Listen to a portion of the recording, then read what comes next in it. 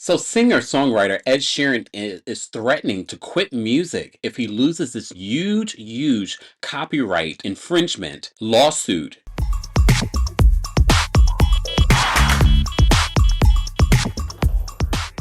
Welcome back to the Kempire channel, your number one source for pop culture news and music, entertainment, reality TV, and so much more. As always, be sure to like this video, subscribe to the channel, and hit that notification bell so you never miss out on breaking news when we go live or when we upload.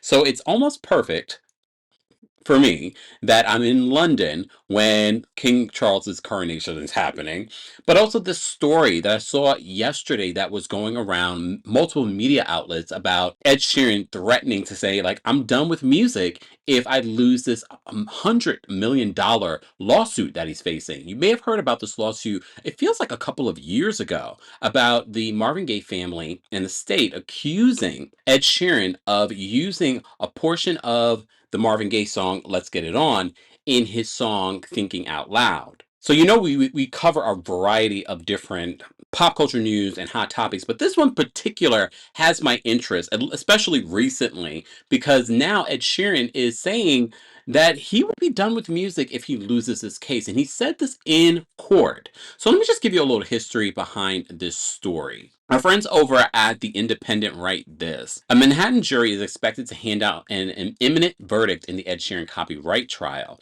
The British singer-songwriter is currently being sued by the heirs of Ed Townsend, the songwriter who composed the 1973 slow jam classic Let's Get It On with Marvin Gaye. They have accused Sheeran's 2014 song of copying the anthem's harmonic progressions as well as the melodic and rhythmic elements without permission. And I'm going to say this, guys. If you listen to them together, there is a similarity here. However, do I think that Ed Sheeran intentionally tried to steal this song? I don't know if I believe that, honestly. However, some people are claiming that Ed Sheeran did an sort of version where he used Thinking Out Loud and Let's Get It On during a previous live performance. So a lot of the people are saying, well, haha, see, you knew. He claims that he did not. And he was like, why would I even think about doing something like that if my intention was that I stole his song? So they continue. They said that they have accused Sheeran's 2014 song of copying the anthem's harmonic progressions, as well as the melodic and rhythmic elements. All right. The lawsuit was initially filed in 2017. This is why it's been in the back of my mind, and I thought maybe they settled this. No. So they said, however, it's taken 6 years to finally reach a Manhattan federal court. Damn it! Why did I leave Manhattan? They say Sheeran vehemently denies plagiarizing Let's Get It On. His lawyers have argued that the song uses common constructions found in many pop tracks. So that's another element. This is why this case is really interesting and will be groundbreaking for future lawsuits, because there are a lot of songs out there that if you really listen to them, have very similar aspects to them, where you can get away with those types of elements, especially in pop music and in other genres as well. So they said, should the perfect singer be found for liable for copyright infringement, the trial will enter a second phase to determine how much he'll owe in damages. He reportedly told the courts this week, should he lose, he plans on quitting music. He said this specifically in court. He says, if that happens, I'm done. I'm stopping. Sidebar, he could stop today even if he wanted to.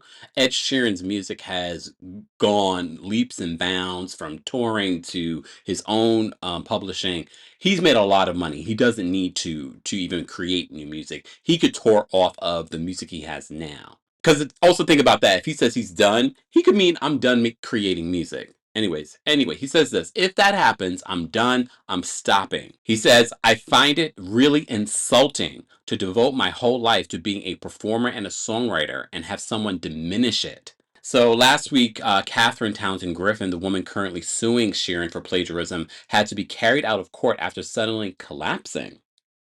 Griffin is the daughter of the songwriter Ed Townsend, who co-wrote Gaye's Let's Get It On. Also during the trial, Sheeran began criticizing his own guitar playing skills while explaining his songwriting process to the court. He even pulled out his guitar This is why I'm like, I wish I could be there for this because this is a groundbreaking case. The singer apologized to onlookers after accidentally bashing the mic with his hand, remarking, "I'm not the world's most talented guitar player." Recently, the Sheeran's wife, Sherry Seaborn, revealed that the artist wrote 7 songs in just 4 hours after she was diagnosed with cancer. She says, "Some people write a diary and get their emotions out through the pen, and for Ed, it's something really intense happens. He'll go and write a song," she said. Seaborn was diagnosed with a tumor in 2022 while she was pregnant with her and Sheeran's second child. She has subsequently undergone surgery for the tumor and is recovering. See, Ed Sheeran has led such a private life. I know some of you are watching this and like, he's married? He has a second baby on he's a huge superstar. But at the same time, he's led this really private life. And based off the things that I've seen Ed Sheeran do both publicly and what I've heard from privately, that's part of the reason why I don't believe his intentions. If you watch the TikTok that I recently did on how he surprised the viral Subway singer in the subway with tickets to his show and just saying, how much I love what you do and how you sing, I just don't think that's who he is. However, I'm also not going to deny that when you play Let's Get It On and you play Thinking Out Loud, the portions that they're talking about, they do sound eerily similar. But we also have to remember this is a legal case, and they will decide from what they hear and what is proven. It's going to come down to if what side proves the best case.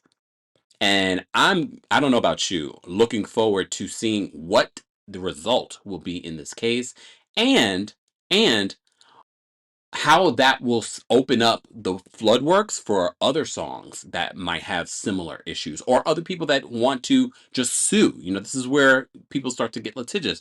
Oh, well, if that person won, maybe I can win for this song. So when I heard this, it reminded me about the Lauryn Hill situation.